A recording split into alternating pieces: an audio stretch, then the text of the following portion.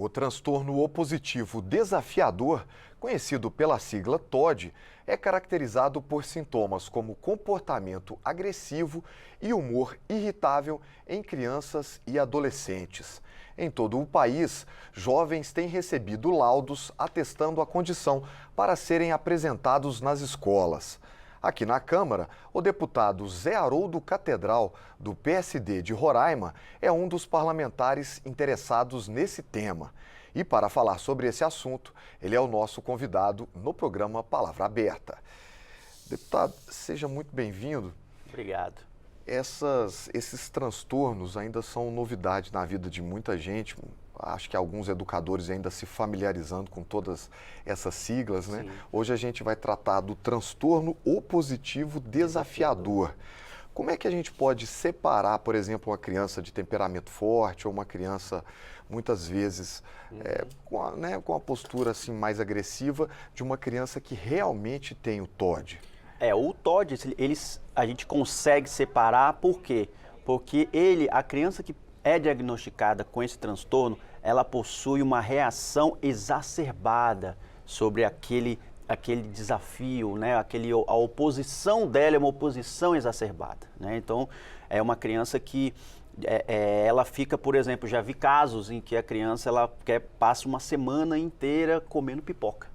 Se você alimenta ela com outro tipo de coisa, ela não aceita, né? Ela chega a rejeitar aquele alimento. Então, se caracteriza por isso, uma reação muito exagerada, né, sobre a questão que está imposta a ela ali naquele momento. O senhor colocou 2 projetos de lei, está tramitando 2 projetos de lei sobre o assunto. Explica para a gente.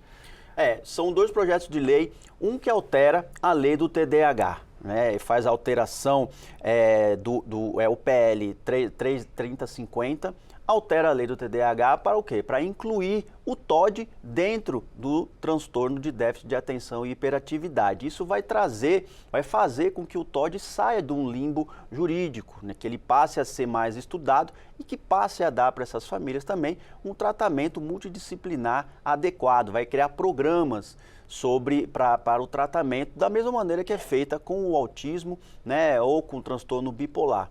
A outra lei uma é essa que inclui na lei do TDAH. A outra é a lei que cria os programas de atendimento multidisciplinar para essas famílias.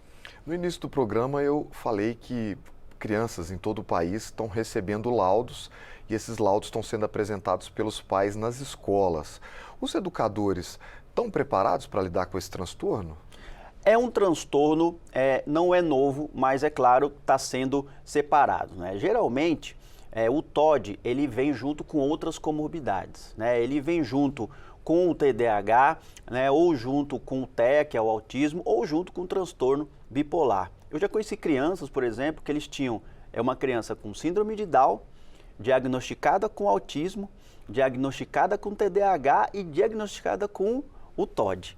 Então, geralmente, a criança ela vem já com esses outras comorbidades, ou um ou outro, ou todas, e possui o mesmo tipo de tratamento. As escolas que já têm profissionais habilitados para esse tipo de tratamento, seja do TDAH ou do TEA, né, ao identificar, já podem passar a fazer o tratamento dessa criança com TOD também. Mas, às vezes, a criança ela possui apenas o transtorno opositivo desafiador, né? E isso exige, claro, dos professores, né, e exige dos pais uma especialização a mais, porque é um transtorno diferente dos outros, mas que geralmente está associado aos outros transtornos também.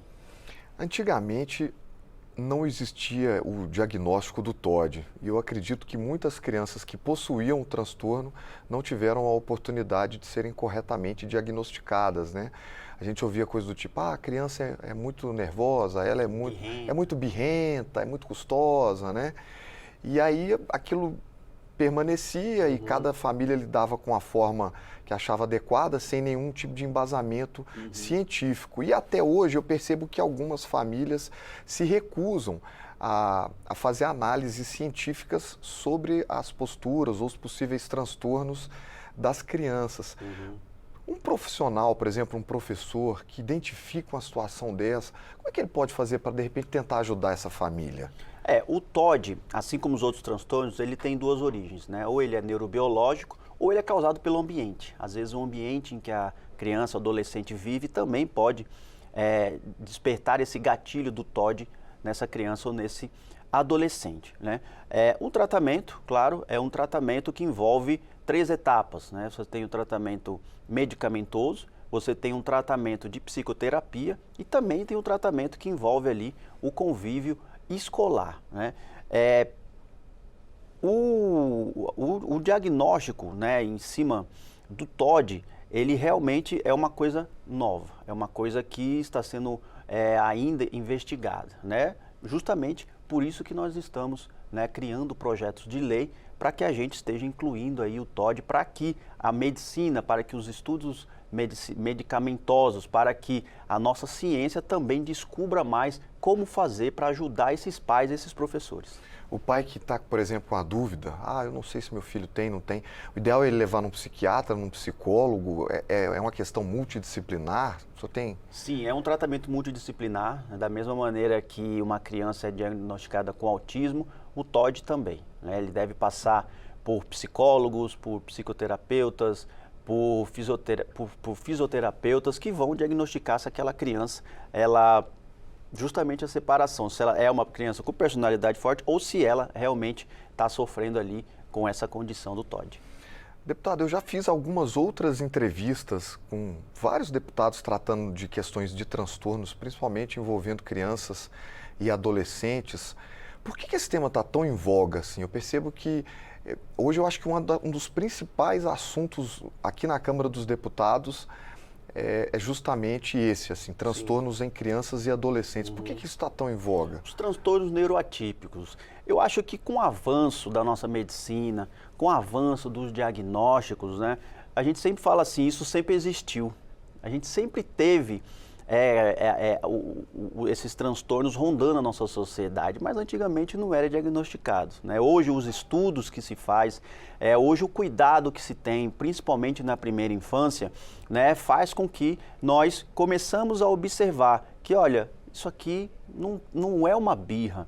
Essa criança, ela não tem esse desenvolvimento dela psicomotor da maneira correta porque ela não é inteligente. Não, a gente descobriu que existem transtornos por trás disso, né? A gente descobriu que é o melhor, que existe tratamento, né? O autismo hoje é já um transtorno muito debatido, muito conversado, né? Infelizmente é um tratamento que exige muito da família, inclusive financeiro. Nós estivemos passando aí já por vários problemas de famílias que não têm condições de dar o tratamento adequado para os seus filhos, porque realmente exige um tratamento multidisciplinar, né? Uma criança ou um adolescente diagnosticado, seja com autismo, com TDAH, com TOD, exige, né, um tratamento que envolve medicamentos, exige um tratamento que envolve psicólogos, médicos, psicoterapeutas. Então, tudo isso traz um custo muito grande para essas famílias.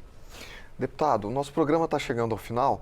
A gente sabe que no passado, o senhor mesmo acabou de citar isso, no passado essas crianças foram muito negligenciadas, muitas delas trancadas em casa, crianças com transtorno, privadas do convívio social, quadros muito tristes mesmo de se observar, né? Infelizmente, a ciência está trazendo luz a esses casos que estão sendo melhor investigados e essas crianças estão recebendo tratamentos muito mais adequados, né? Eu acho que essa questão apartidária, suprapartidária, eu percebo uma união muito grande das bancadas na tentativa de solucionar essas questões.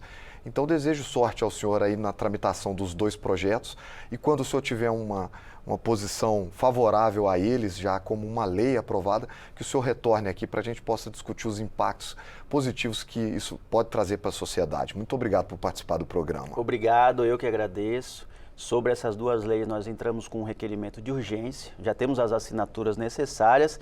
Se Deus quiser, aí, nas próximas semanas, nós obteremos essa vitória para as famílias atípicas do nosso Brasil. Muito obrigado. E se você quiser rever ou compartilhar esta entrevista, basta acessar a página da Câmara dos Deputados na internet ou procurar pelo nosso canal no YouTube. Siga também as nossas redes sociais, TikTok, Instagram, Facebook e Twitter. Muito obrigado pela sua audiência e até a próxima.